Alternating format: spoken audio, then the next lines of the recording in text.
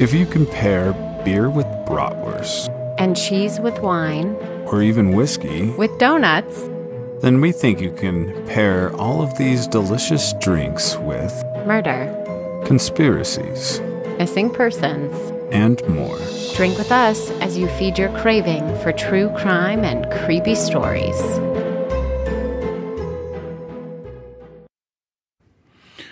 All right, we are perfectly paired with.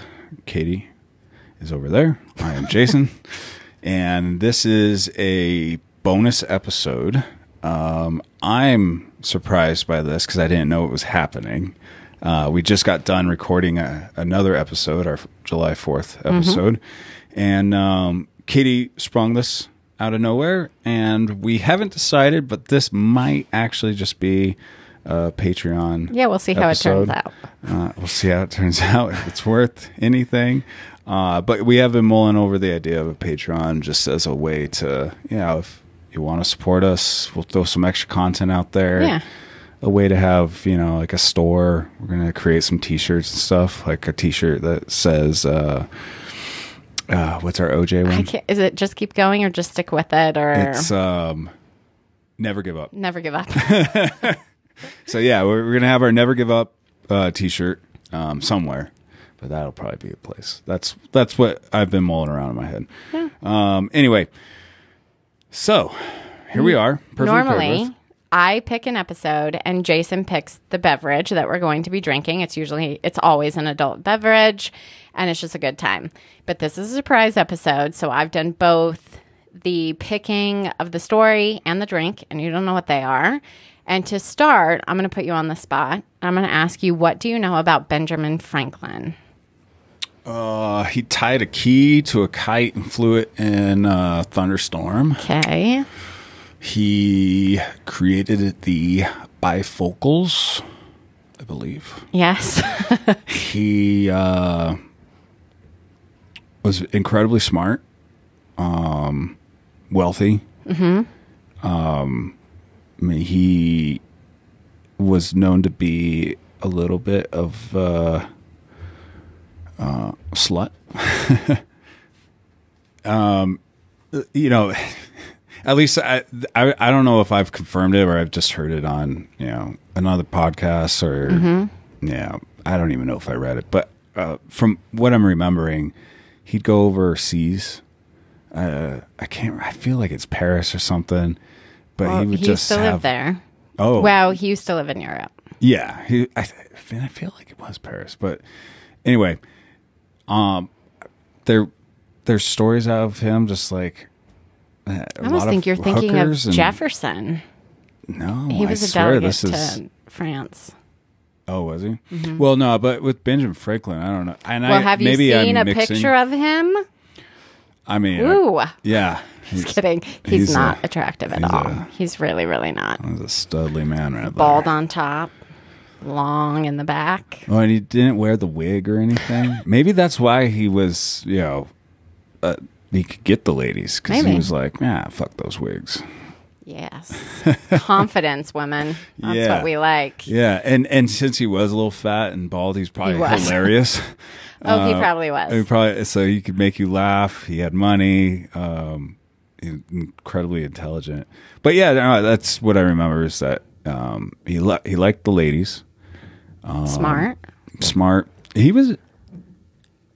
I'm trying to remember. I mean, he's a founding father. Yes, and I'm going to talk about it. Okay. So as a founding father, Ben Franklin was a delegate to the Continental Congress, which was America's first attempt at creating a government. He also was on the committee that drafted the Declaration of Independence.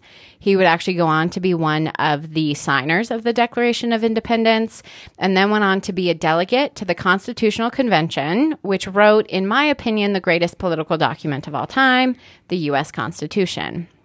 In addition to his political role, he was an inventor who pioneered the use of electricity, which is that whole key tied to a balloon thing you were talking about. Mm-hmm. And in 1775, he published in Poor Richard's Almanac an article or I guess they call them tracts, called, quote, How to Manage the Distilling of a Spirit from Rye or Other Grain that Shall Be Preferable to Common Rum.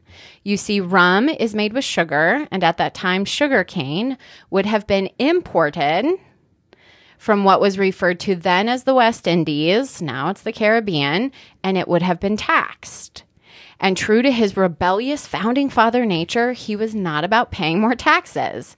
So he encouraged making spirits from things grown in the colonies. They then became the states in North America. So we are drinking something that was distilled from grains you can find in North America. And originally I was going to grab a rye because he specifically mentions that.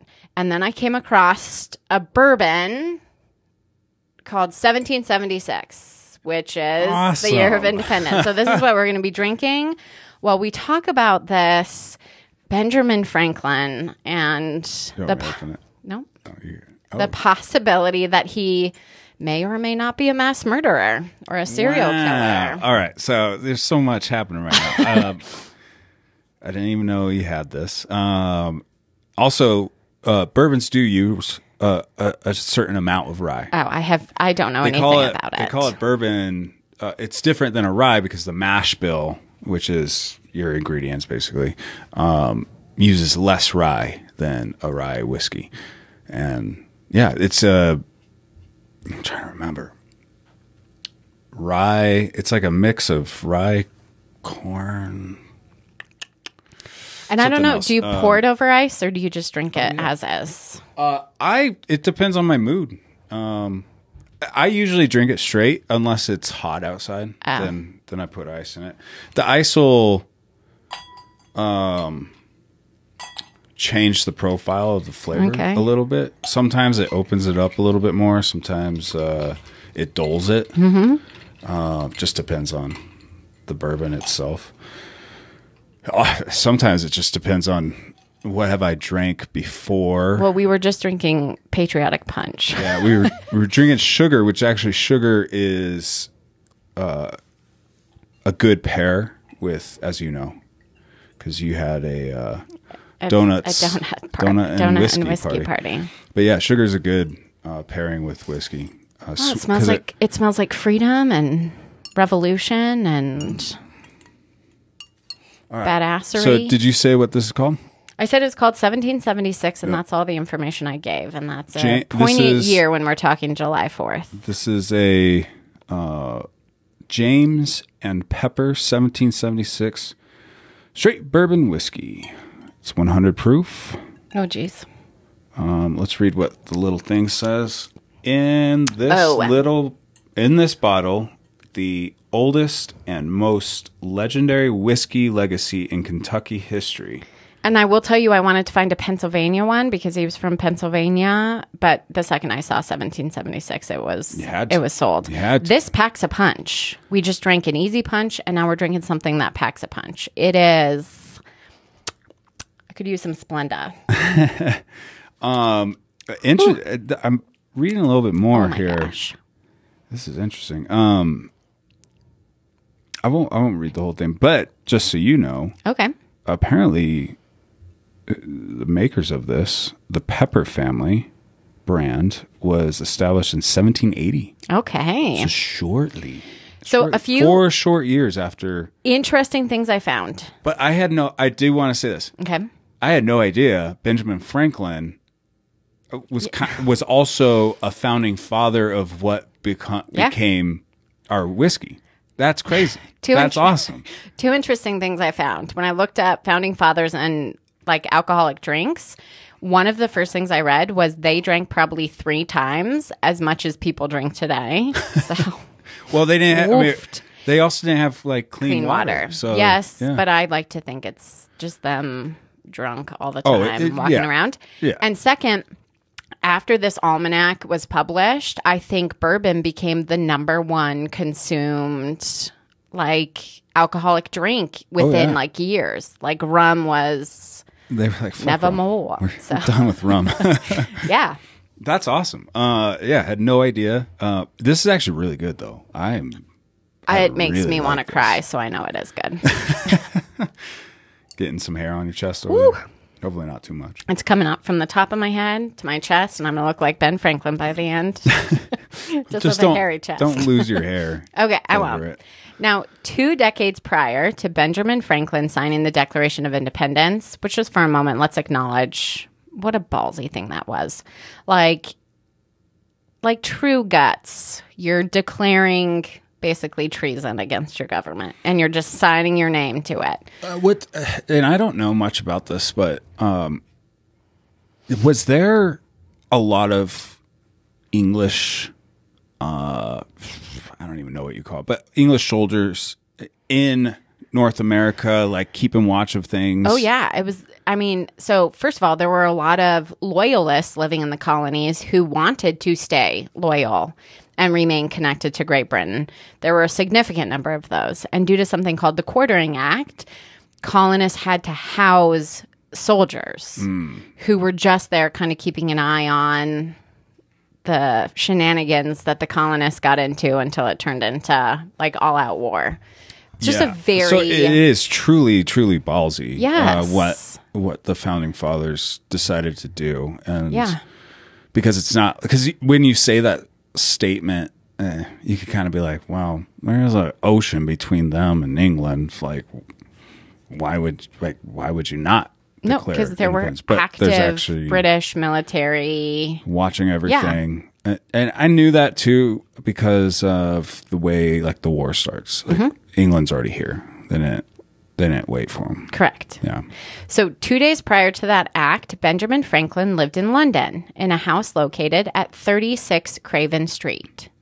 200 years after he lived there in 1998, when a group came in to perform some repairs in hopes of conserving the property, possibly turning it into a museum, they discovered something very startling in the basement. They uncovered bone fragments belonging to 15 different human bodies. Now, they weren't just like lying around like a sofa in the basement. Instead, they were unearthed in a secret windowless room located beneath where the garden had been. This little room was only about 1 meter wide, 1 meter deep, and it housed 1,200 pieces of bones. How many bones is in the human body? Not that many. Some of the fragments were animals. Okay. 6 of the bodies belonged to children. Ooh. And when they dated the skeletal pieces, they proved to belong to people alive when Franklin called 36 Craven home. No. Meaning that they got there when homeboy Ben Franklin lived there. Well, estimated. Yes. And, Well, I was going to say, like, dating bones and then, like, finding out. Don't take the wind out of my sails just yet. You're taking the wind out of my Benjamin Franklin sail. Now, big old fat sail up there. When thinking about their existence, it might be prudent to know that not only was Ben Franklin a badass rebel against the tyrannical King George and revolutionary, but he was also a very, very powerful Freemason. Ooh. In fact, when Ben Franklin lived in the United States, he was the master of masons in the state of Pennsylvania. That's why you asked me the other day. Now, again, I'm going to put you on the spot. Do you know anything about the Freemasons? A little bit. I'll say the same thing I told you when you asked me, but I used to know a lot more about them which if you listen to the podcast, you know, I used to really love the conspiracy. Our Conspiracy from Reddit was one of my favorite places to go. Just waste hours and hours on that thing. And Freemasons obviously is always proud of. Like Freemasons is the maybe top 5 conspiracies as far as like how they control the world, what they did. But I will say this: it is it's weird because it's a secret society, but it's not secret. But the secrets that they do within that society is the secret part of it. And they are connected to most presidents of the United States in one way or another. There's some that are part of different ones, like Skull and Bones. That's where the Bushes were from. And there's a couple others, but Freemason is the biggest one. They were started as and maybe you know this to know if I'm if you mess right it up, I'll clarify and I'll correct, because I was going to go into where they started. They started as kind of a union for they would have said guild. A guild. Well, as we know as unions. It's like a union. For masons. What masonry is you have laying bricks and working with stone specifically. Working with stones, yeah. So like building buildings, cathedrals, all out of stones. Yeah. And so they created this organization for them to protect them, to give them rights, because they were building the city's infrastructure, and they needed. And even more so, they needed someone than just like protecting their rights. It's the fact that Masons would have to travel to different locations to work on these buildings. And so originally, the Freemasons were like a group of men that would give lodging because they were like-minded. So you can stay here, which is why you have this idea of like Mason lodges.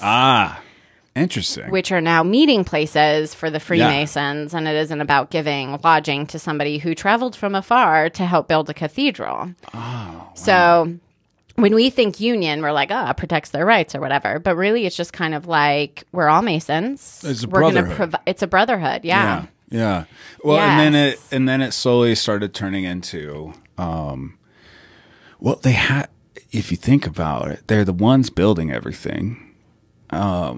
And they were smart, very smart, like their architectures. And so it slowly started turning into gaining power and connected to like an infrastructure that goes beyond the physical to like the metaphorical. In a sense, exactly are they building? It was a frat. You know how frats work, like you get out of college and your frat boys or you're not your frat boys, because those are the ones that went with you, but the ones your frat brothers, you have each other's back, you make connections, and then older folks that had been in that frat, they'll like a job opportunity comes along and they're like, oh, I'm Sigma whatever, and Delta and they'll be like, all right, you're in. You get the job just because of that. Correct. So they essentially were kind of that, but it was also just growing that spider web of connections, and it eventually became probably one of the world's biggest spider webs.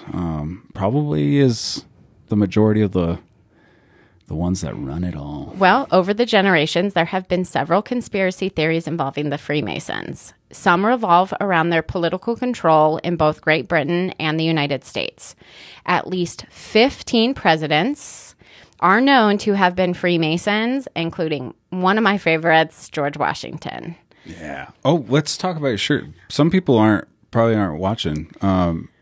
Your shirt's awesome.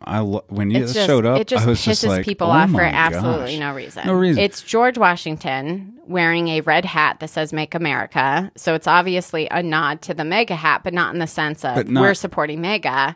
This was his goal. He made America. He made America. It's a play on words. It's funny. If anybody is bored and has any interest in history that isn't the history you learn about George Washington, because he is fascinating. And he literally, he's literally his life and the way he handled the war and what he did in war. He is literally like a superhero.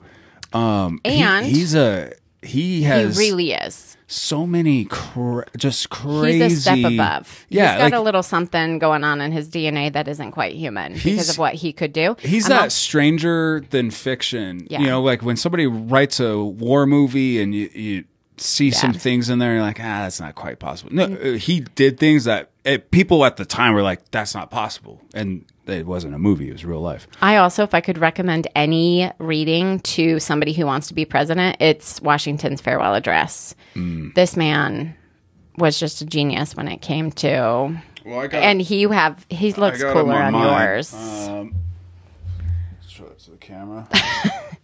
It's good old Georgie here with the symbol of freedom standing on his hand, a big ass bald eagle, which bald eagles are gigantic. Yes. We had one flying over our house the other day.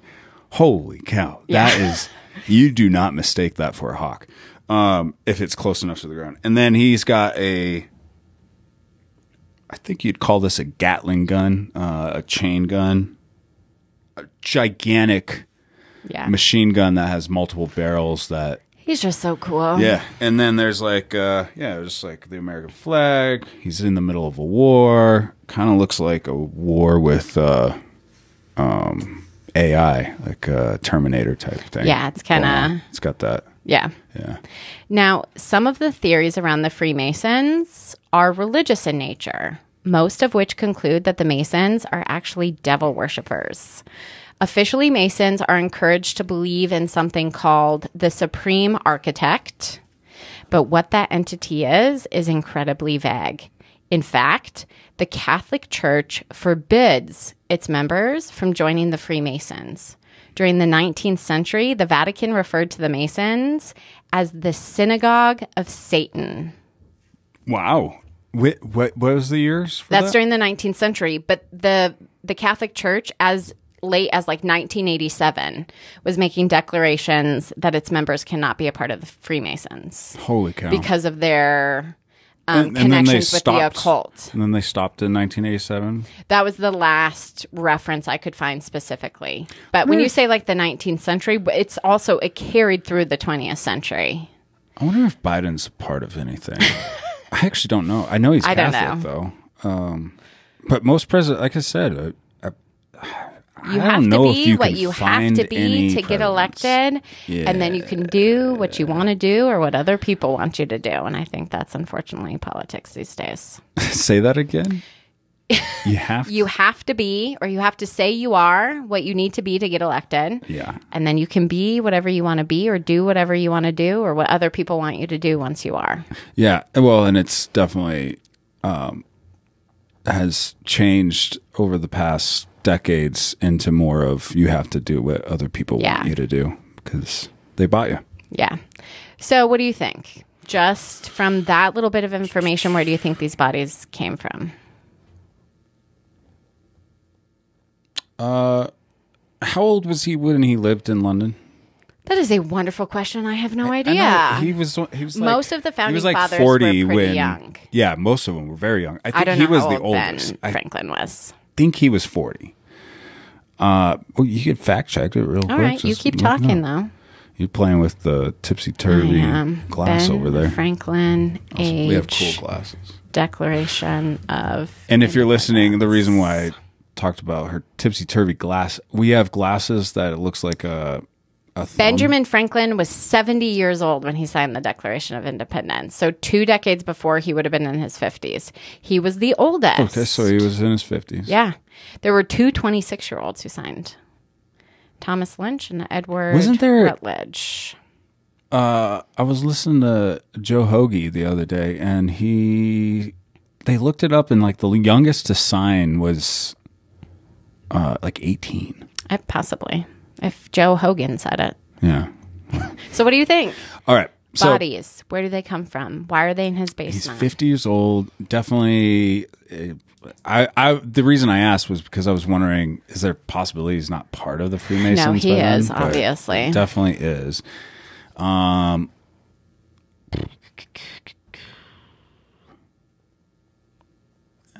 When did Freemasons start? Do you got that fact? During the Middle Ages.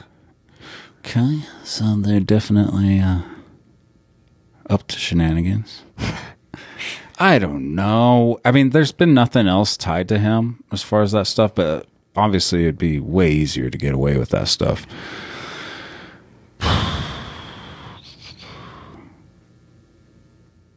Did he have some sort of dark period back then? I'm not going to answer because I'm going to tell you what people think.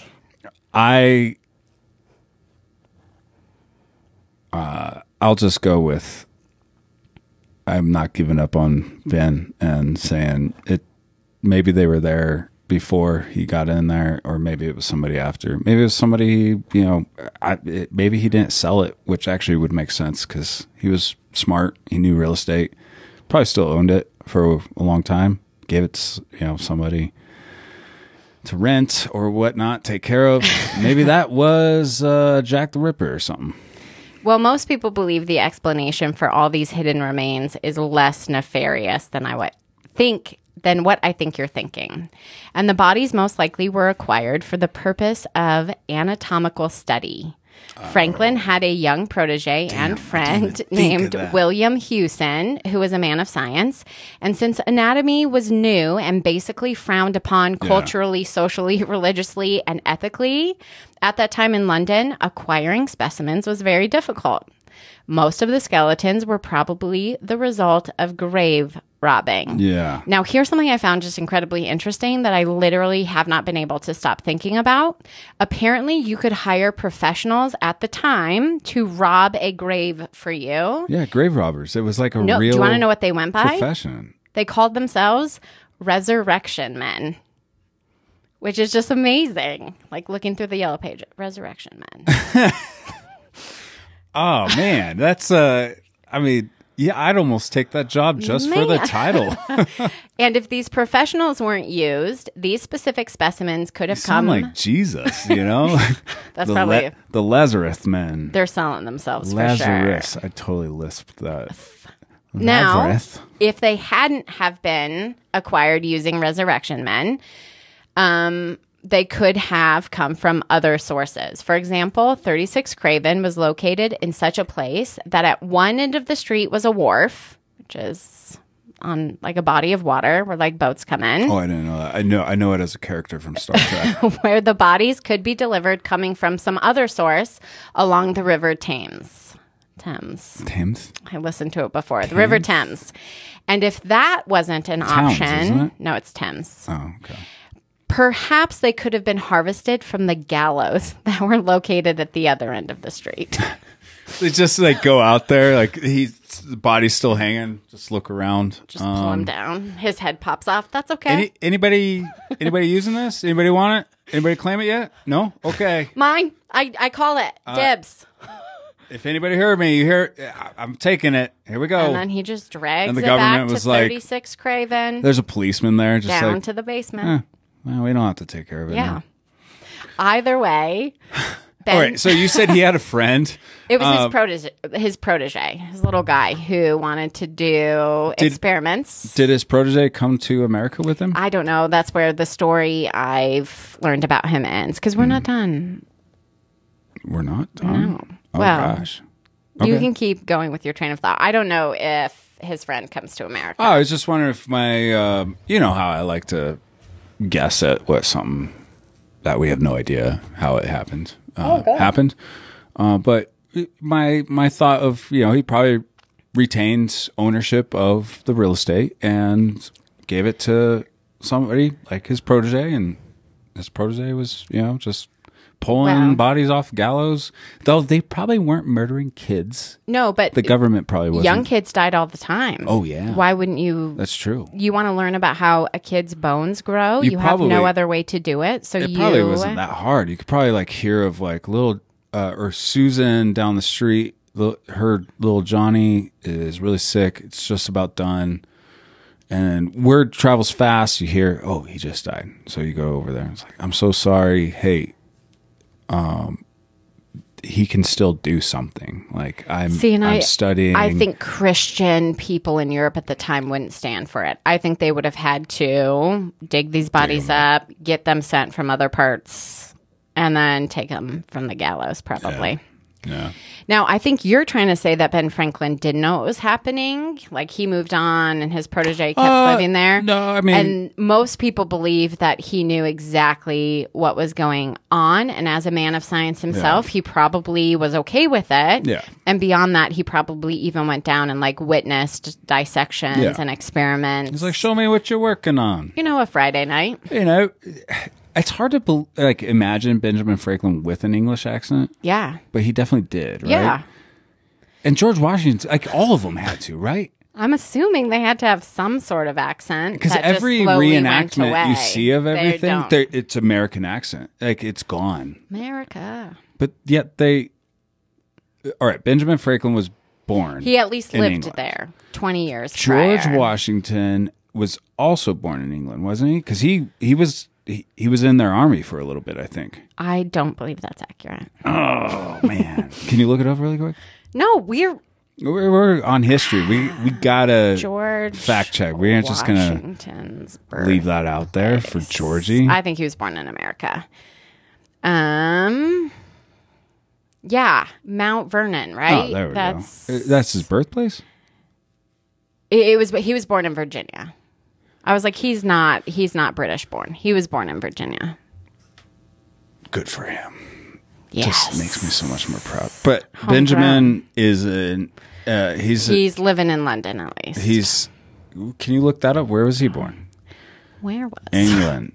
I think he was born in England. Ben Franklin born? Pam Also, Beasley would know. They went on a date one time. Boston, Mass. See, and Boston. Okay. Yep, that makes sense. But just he moved to flooded back London that so he could murder sure. people and bury them in his basement. How did they get rid of the English accent? That's what I don't get. That's a How did question that for another fade? podcast, I think. So Benjamin's definitely not over there with an English accent. He's just talking like us. But I'm sure there's a bit of a I twang do think to there it. was something More of a that New Yorker traveled. But I'll tell you this: if you Philly. read any of the documents from the time, they didn't sound like us at all. Like read Common Sense by Thomas Paine, and you would think that you're reading the King James version of the Bible. Like Oh, right. these people did Right. not sound like the way we talk in any way, shape, or form. Do you think they actually talked that way, though? Yes, I 100% think they talked like that. They were like, "Thou hath cometh into my house Yes, unannounced." I honestly think that's how they talked. Weird. I don't know why I went with an intruder scenario. Anyway. Final have thoughts, more? because I'm going to wrap up. I love it. I think it's super weird. I also like how he just kind of gets a pass. He does. Even if he It's did probably murder, anatical research. even if he did Not murder those satanic. children, it's like, you know what? Sacrifices It's for his Freemason casualty brothers. of war. Or no, what do you call them? What's the Collateral damage. collateral damage? There we go. This bourbon's getting on top of me. I know. I can't It's even 100 finish proof? mine. So, most likely, the existence of the bones isn't nefarious. But then again, maybe it was. Crazier things have happened. For example, a band of ragtag colonists did Ragtag. defeat the greatest military of the time over what started as a squabble regarding taxes on a hot beverage and then the representation they believed they deserved. Or how about this for crazy?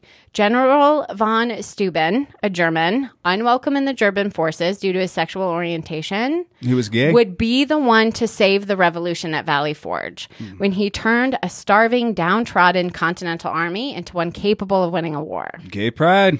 And what's more, those unlikely victors would go on to create a government, the likes of which the world has never known. A government based on the idea that, quote, all men are created equal, that they are endowed by their creator with certain unalienable rights, that among these are life, liberty, and the pursuit of happiness, that to secure these rights, governments are instituted among men, deriving their just powers from the consent of the governed. And when you consider the history of mankind has been thousands of years of oppression of the many for the benefit of the few, usually through an unjust governmental system, yeah, those ideas are kind of crazy. So yeah, maybe Ben Franklin simply allowed for anatomical experiments in his basement. Or maybe he was a Freemason, and he and his friends were responsible for the deaths of 15 people, their bodies to be hidden in a secret room in his basement beneath a garden. Because crazier things have happened. Indeed.